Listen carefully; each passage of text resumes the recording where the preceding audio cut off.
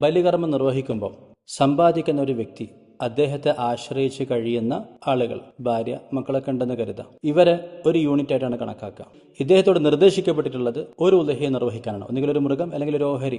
അതിന്റെ പ്രതിഫലത്തിൽ കുടുംബത്തെ പങ്കാളികളാക്കാം. അതല്ലാതെ ഫിത്ർ സക്കാത്തൊക്കെ കൊടുക്കുന്നത് പോലെ ഓരോരുത്തരുടെ പേരിൽ ഓരോ ഓഹരി കൊടുക്കേണ്ടതില്ല. അപ്പൊ നിങ്ങൾ അധികം കൊടുക്കാൻ ആഗ്രഹിക്കുന്നതിൽ അത് വേറെ കാര്യം.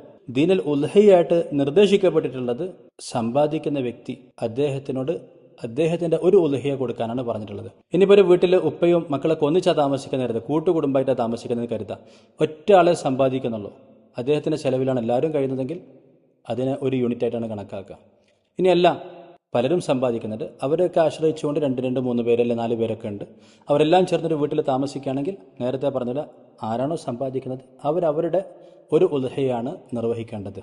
ഒരു സംഘം ഒരു സദസ്സിലേക്ക് കയറി വരികയാണെന്ന് കരുതാം, അതിൽ ഒരാൾ സലാം പറഞ്ഞാൽ തന്നെ ആ സംഘത്തിന്റെ സലാം